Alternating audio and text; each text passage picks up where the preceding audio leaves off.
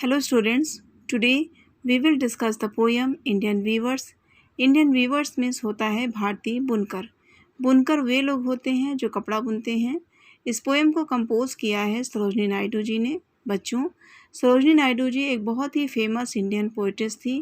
लोग उन्हें Nightingale of India के नाम से भी जानते हैं। बहुत ही ज़्यादा इंटेलिजेंट लेडी थी।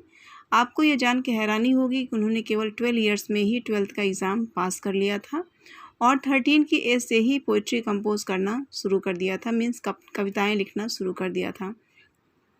और आपको यह जान के खुशी भी होगी कि वो हमारे उत्तर प्रदेश की पहली महिला राज्यपाल भी रही हैं। गांधी जी उनसे बहुत लगाव रखते थे और उन्हें प्यार से मीराबाई बुलाते थे। ये तो इनके जीवन के बारे में कुछ जानकारी है बच्चों। अब हम इनकी कविताओं के बारे में बात करते हैं।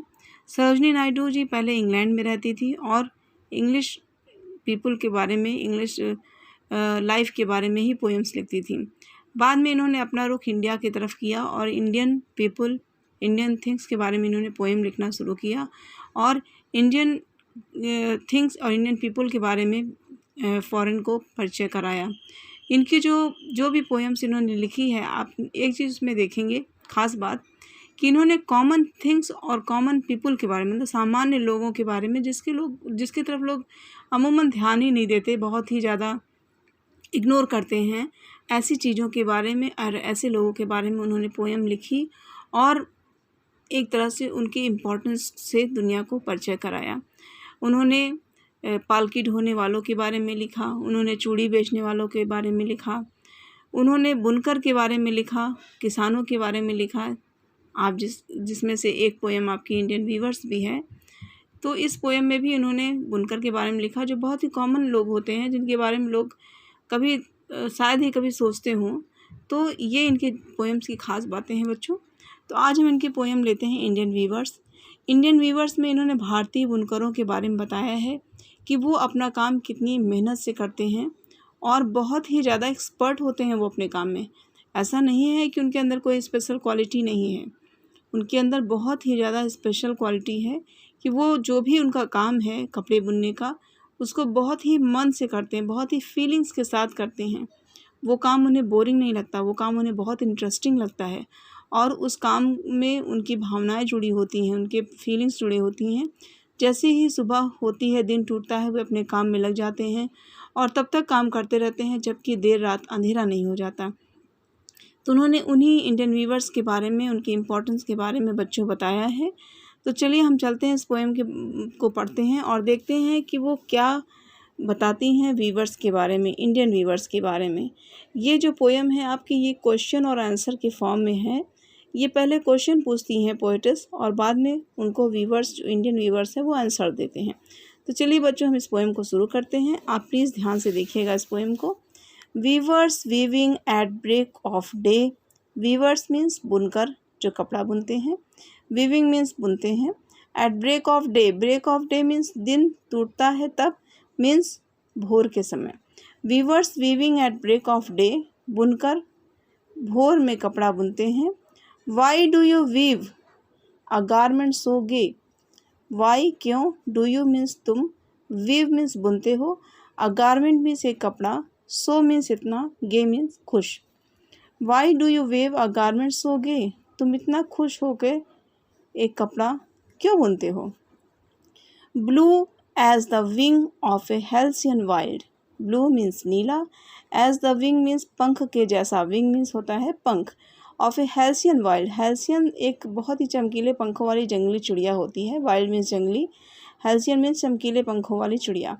Blue as the wing of a halcyon wild means वो जो कपड़ा तुम बुन रहे हो वो एक जंगली चमकीले पंखों वाली चिड़िया के पंख के जैसे नीले रंग का कपड़ा तुम इतना खुश होकर क्यों बुनती हो। तो यहाँ पर ये क्वेश्चन फॉर्म में है। पोएटिस ने, कवित्री ने पूछा है बुनकरों से कि बुनकर, weavers weaving at break of day means बुनकर तुम भोर से ही कपड़ा बुनते हो। Why do you weave a garment so gay, why do you weave, तुम क्यों बुनते हो, अ गारमेंट एक कपड़ा, सो गे इतना खुश होकर के कपड़ा क्यों बुनते हो। Blue as the wing of a halcyon wild, जो नीला है, as the wing of a halcyon wild, एक चमकीले पंख वाली जंगली चिड़िया के पंख के जैसे नीले कपड़े को तुम इतना खुश होकर के क्यों बुनते हो और भोर से ही बुन रहे हो? तो यहाँ पर इंडियन वीवर्स जो है वो आंसर देते हैं, वी वीव, हम वी मीन्स बुनना, वी वीव हम बुनते हैं, द रोप्स मीन्स कपड़ा of a new born child, new born child means नवजात शिशु, नवजात बच्चा, एक नए पैदा हुए बच्चे का हम कपड़ा बुनते हैं। इसलिए हम खुश हैं क्योंकि जब कभी घर में बच्चा पैदा होता है तो ये खुशी का माहौल होता है। तो इसलिए जैसे ही भोर होता है कपड़ा बुन रहे हैं तो बताते हैं भारतीय बुनकर कि वी वीव हम बुनते हैं the ropes of a new born child, हम कपड़ा बुनते हैं एक नवजात बच्चे का, मतलब नया बच्चा जो पैदा हुआ है उसके लिए हम कपड़ा बुनते हैं। अब आगे चलते हैं बच्चों। Weavers weaving at fall of night, फिर सरोजिनी नायडू जी क्वेश्चन करती हैं। वीवर्स वीविंग बुनकर बुनते हैं at fall of night, fall of night means जब रात गिरती है, मीन्स जब रात होती है। Weavers weaving at fall of night means बुनकर रात में कपड़ा बुनते हैं। फिर पूछती हैं वाई डू यू वेव, तुम क्यों बुनते हो? वेव मीन्स बुनना, वाई डू यू वेव, तुम क्यों बुनते हो? अ गारमेंट एक कपड़ा, सो ब्राइट इतना चमकीला, like the plumes of a peacock, plumes means पंख, feather, like the plumes means पंख की तरह, ऑफ ए पिकॉक एक मोर के पंख की तरह, पर्पल एंड ग्रीन, पर्पल बैगनी एंड ग्रीन हरा, like the plumes of a peacock purple and green, एक मोर के पंख की तरह हरा और बैगनी, तुम इतना चमकीला कपड़ा क्यों बुनते हो? यहाँ पर सरोजिनी नायडू जी फिर क्वेश्चन को पूछती हैं वीवर्स से कि weavers weaving at fall of night, मतलब बुनकर रात में, जब रात होती है तब भी कपड़ा बुनते हैं। तो पूछती हैं वाई डू यू वीव, तुम क्यों बुनते हो? अ गारमेंट एक कपड़ा, सो ब्राइट इतना चमकीला, like the plumes of a peacock एक मोर के पंख की तरह, प्लूम्स मीन्स पंख, पर्पल एंड ग्रीन जो बैगनी और हरे रंग का होता है। तो वीवर्स बताते हैं कि वी वीव हम बुनते हैं the marriage veils, marriage veils means शादी का आवरण, शादी का कपड़ा, वेल्स मीन्स वैसे तो घूंघट होता है लेकिन यहाँ पर कपड़े से मतलब है आवरण।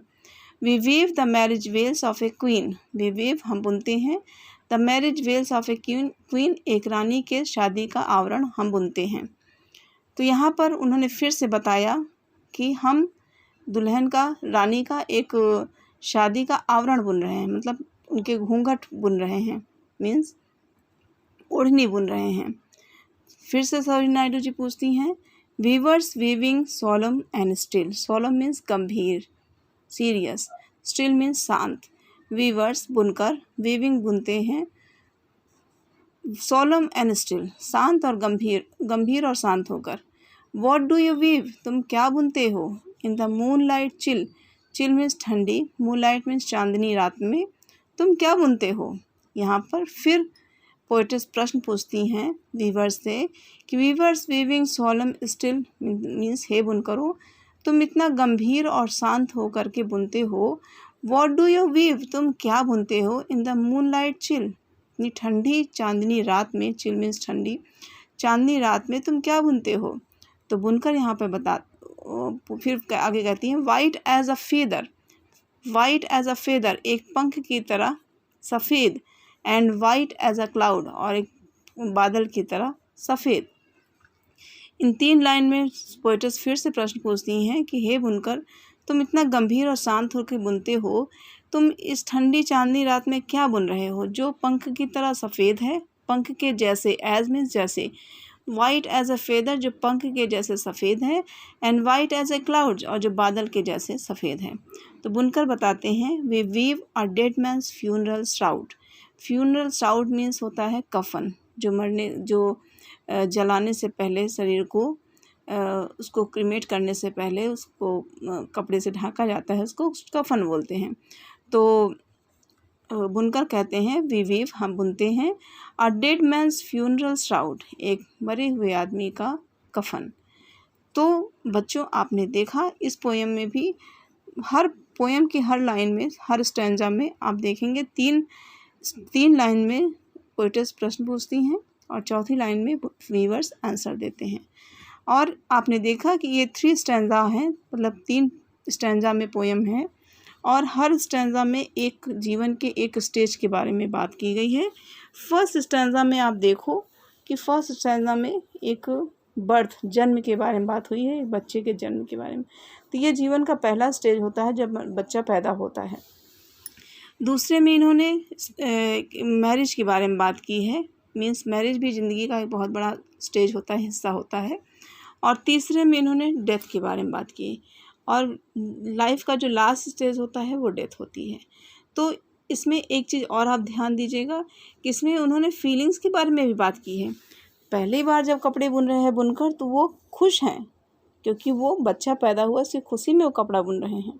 और दूसरी बार में देखिए, वो दूसरी बार में रात हो गई है और रात में वो कपड़ा बुन रहे हैं और बहुत ही चमकीला कपड़ा बुन रहे हैं, तो वो भी एक खुशी का प्रतीक है। लेकिन तीसरी बार जब कपड़ा बुन रहे हैं तो वो शांत और गंभीर हो गए हैं और ठंडी चांदनी रात में कपड़ा बुन रहे हैं। और जो कपड़ा बुन रहे हैं वो उसका रंग कैसा है, वो उसका रंग सफ़ेद है, एक पंख के जैसे, एक बादल के जैसे। और क्या बुन रहे हैं, एक मरे हुए व्यक्ति का कफन बुन रहे हैं। तो यहाँ पर जीवन के 3 स्टेजेस के बारे में बताया है। जीवन का जो 3 हिस्सा, जिसमें जन्म और शादी और मृत्यु एक व्यक्ति के जीवन में बहुत इम्पॉर्टेंट रोल प्ले करती है, उसके बारे में इन्होंने बताया है। और उन्होंने ये भी बताया है कि कितनी तल्लीनता से, कितनी मेहनत से वो हार्ड वर्क करते हैं। उनको बोरिंग नहीं फील होता, उनको मोनोटोनस नहीं लगता, बहुत ही उदास, मतलब नीरस नहीं लगता। वो उनका काम है तो वो अपना काम बहुत ही खुशी के साथ करते हैं। लेकिन चूँकि वो जीवन के 3 स्टेजेस के बारे में बात कर रहे हैं, तो उसी हिसाब से उनका, जब वो कपड़ा बुनते हैं जिस भी ओकेज़न के लिए, जिस भी अवसर के लिए, तो वैसे ही उनकी भावनाएं चेंज होती रहती हैं। तो बच्चों, इस पोएम में उन्होंने यही चीज़ को बताया, बहुत ही सुंदरता के साथ नायडू जी ने इसको इस पोएम में बताया है। आप इसको अच्छे से पढ़ लीजिए। अगर कहीं कोई कन्फ्यूज़न हो, आप उसे फिर से मुझे मैसेज करिए, मैं इसको फिर से आपको समझाने की कोशिश करूँगी। और इसकी ये पोएम बहुत अच्छी है, आप इसको लर्न कर सकते हो। 4 लाइन की पोएम है, तो आप इसको याद करोगे बहुत अच्छे से, आपको याद हो जाएगी। हर स्टैंज़ा में 4 लाइन्स है, आप इसको अच्छे से याद करिए। और अगर कोई प्रॉब्लम हो तो मुझे बताइए। Thank you.